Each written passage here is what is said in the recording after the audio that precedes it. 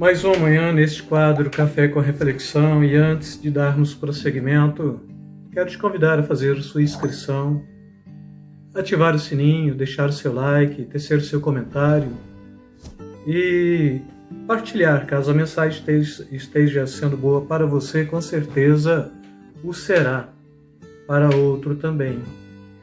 E ainda na ministração passada eu falei acerca do tanque de Betesda, onde o enfermo que há 38 anos padecia e foi curado, não é?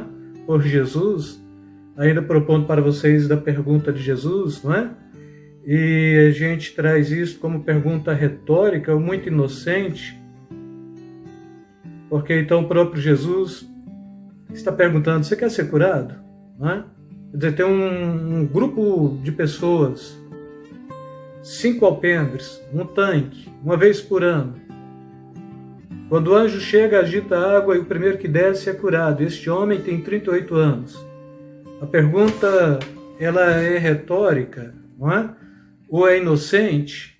Ela não é nem retórica nem inocente. Primeiro, ela está tentando, ou ela está fazendo, necessariamente não está tentando, está fazendo aquilo que precisa ser feito no coração de cada pessoa. Conhecer o seu estado de miséria, conhecer o seu estado de infortúnio, conhecer a sua condição de desgraça mesmo, para que você possa ter consciência de fato do que Deus está fazendo na sua vida, porque somente quando você compreende o estado da tragédia, da agonia, da aflição, da perturbação, e não acostuma com esta realidade, ou então você pode ter acostumado com estas realidades, mas que te traz uma pergunta que faz você olhar para dentro, para trás, para a sua história, para o seu quadro, para o seu histórico, não é? Que você lembra disso, é que vai de fato mexer com a sua estrutura acerca daquilo que de fato te aflige, te perturba. E quando Jesus faz esta pergunta: você quer ser curado? Necessariamente ele estava praticamente propondo: então olha aí, lembra, tem 38 anos que você vem sofrendo com esta sua enfermidade e ninguém pode fazer nada. Eu posso. Porque então posteriormente ele está falando: toma o teu leito, levanta e anda. E a questão, irmãos, é que a Bíblia diz aí, o versículo 10 para frente, eu quero ler para vocês, porque é até irônico isto, não é? O que a religião propõe de burocracia, não é? O reino de Deus, ele não é burocrático, a religião é. Por isto disseram os judeus ao que fora curado: hoje é sábado, e não te é lícito carregar o leito. Ao que ele respondeu: o mesmo que me curou me disse, toma o teu leito e anda. Ou seja, ele mandou, eu tive consciência do meu estado mesmo, obedeci e fui curado, andei, e acabou, não é? Perguntaram-lhes: quem é o homem que te disse, toma o teu leito e anda? Mas o que fora curado não sabia quem era, porque Jesus se havia retirado por haver muita gente naquele lugar. Mais tarde, Jesus o encontrou no templo e lhe disse: olha, que já estás curado, não peques mais, para que não te suceda coisa pior.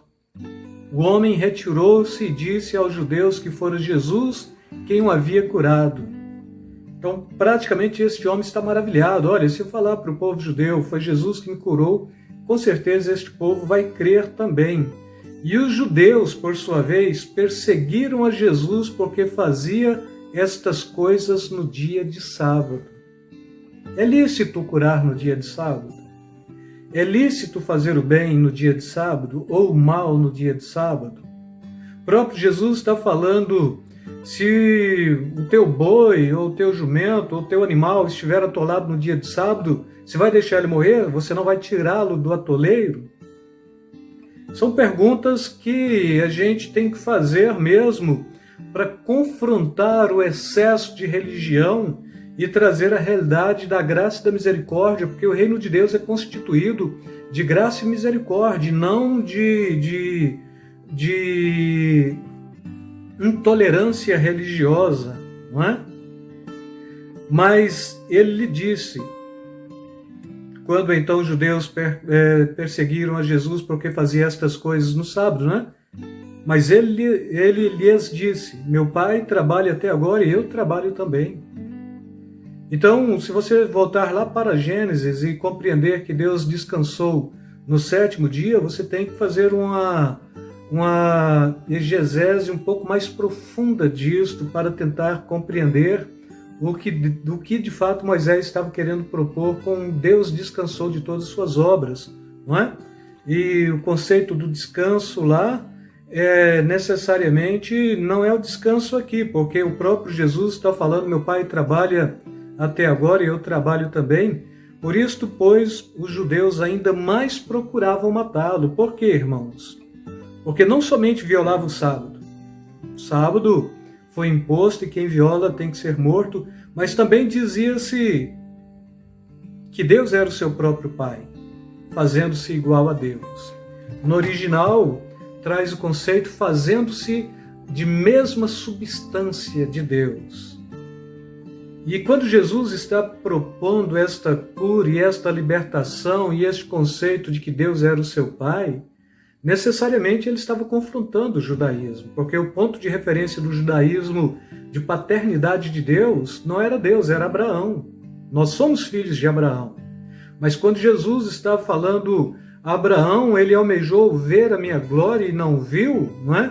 O povo judeu aqui no Evangelho de João, mais à frente, ainda pega em pedra para tentar apedrejá-lo, porque, olha, você não tem nem 50 anos de idade, perdão, e você está falando que Abraão, né, que viveu aí o patriarca, né, e Jesus está falando: olha, antes de Abraão existir, eu sou, ou eu já era, ou eu já existia. Então ele está afirmando aqui a sua divindade, ele está afirmando aqui o seu poder, ele está afirmando aqui a sua substância. Ele e o Pai é um, então ele é igual, fazendo-se igual a Deus, fazendo-se de mesma substância de Deus. E quando a gente trabalha o conceito do Pai, do Filho e do Espírito Santo, nós estamos trabalhando este conceito do Deus que essencialmente é um, mas que se manifesta em três pessoas, na pessoa do Pai, do Filho e do Espírito Santo, e os três são de mesma substância, uma só essência, não é uma só substância, três pessoas diferentes, e aqui é aquele que for enviado pelo próprio Pai, e o Evangelho de João está falando: no princípio era o Verbo, e o Verbo era Deus, e o Verbo estava com Deus. Todas as coisas foram feitas por ele, sem ele nada do que foi feito se fez, não é? Nele estava a vida, e aqui quando ele está se manifestando ao povo como sendo de fato o Filho de Deus, não criatura de Deus, não é? Mas na mesma condição, filho gerado, da mesma substância do Pai, o povo tenta matá-lo porque ele está tentando se igualar a Deus. E a questão é, quando Jesus tenta se igualar a Deus, ele não está tentando, ele está fazendo, porque ele é Deus. Mas quando ele está confrontando o povo judeu, ele está falando mais ou menos: por qual das minhas obras que vocês estão tentando me matar, não é? Porque o que Jesus fez foi curar, foi libertar, foi dar vista, foi tirar a surdez, foi pôr de pé uma mulher que estava inclinada há muito tempo, e assim por diante. Ele sempre está operando maravilhas, sinais, milagres, trazendo a possibilidade de vida eterna, e o povo está sempre aqui envelhecido na religião, fadado ao fracasso na religiosidade, ao ponto de não querer compreender e nem aceitar a realidade da própria existência de Deus falando com o povo. Porque, olha, você é o quê? Bom, eu sou religioso. Pois é, mas é Deus que está falando com você. E é Deus que quer te libertar. Não, mas eu quero ficar no meu círculo da religião. Não quero ser liberto. A religião, ela é intransigente, a religião, ela é intolerante, a religião, ela mata, a religião, ela impede que a ação de Deus, muitas vezes, ou tenta impedir, porque ela não impede mesmo, né? Mas tenta impedir muitas vezes que a ação de Deus seja realizada, porque então é sábado, não pode carregar a sua mobília, essa maca sua já tem um padrão de uma cama, se você enrolar e carregar, você está fazendo uma mudança não se faz no sábado, e aqui você não pode ser curado no sábado. A religião está te falando isso, porque ela é burocrática. Mas Deus está te salvando, Jesus está te propondo. Jesus, ele não está aqui preocupado com o homem da religião, ele está preocupado com o homem da adoração, ele está preocupado com o homem carente da misericórdia de Deus, ele está preocupado em poder cumprir o seu papel, porque o Filho do Homem, ele veio para salvar, não é? Ele veio para redimir a humanidade, ele veio para resgatar esta humanidade perdida e trazer vida e vida em abundância. João 10:10, ele está falando isso no Evangelho de João, no capítulo 10, todo o Evangelho de João, ele está tratando Jesus com esta possibilidade do Filho de Deus, daquele que faz mesmo e daquele que não está preocupado com a religiosidade, porque ele está fazendo como Deus, como Filho de Deus, como da mesma essência do Pai, e sempre quebrando toda a estrutura que remonte à religião para se opor à realidade da ação e do poder de Deus. Meu Pai trabalha até o dia de hoje, eu trabalho também, não é? Então aí você tem de compreender justamente isso. Deus quer fazer o sobrenatural acontecer na sua vida. Mas primeiro Ele quer que você seja de fato cristão, servo, discípulo, filho. E não meramente um religioso, porque o religioso ele tem a agonia, a perturbação e a psicose da religião, a neurose da religião. Do ponto de vista do marxismo, ele tem a utopia da religião. E Deus, ele não quer que você tenha estas características que sempre vai te levar para o retrocesso, mas ele tem a graça e a misericórdia pelo seu Filho, porque ele amou e ele envia o seu Filho, e o Filho, quando ele envia, é para te resgatar e para te redimir, para te tirar desta condição da escravidão, do jugo, das trevas, da lei e do pecado. Ele quer te libertar. E ele está falando, tomai o meu jugo e aprendei de mim, porque sou manso e humilde de coração. Meu jugo é suave, meu fardo é leve. E então vocês vão encontrar descanso para as vossas almas. E quando ele está falando, sou manso e humilde de coração também, é uma das realidades do Evangelho. Na pessoa de Jesus, ele é manso e humilde de coração, e na pessoa do Espírito Santo, ele quer fazer de cada cristão na mesma condição, de mansidão e de humildade, para que esse cristão possa também atestar a sua postura de filho de Deus, porquanto então ele também é manso e humilde de coração, pela ação e pelo poder do Espírito Santo.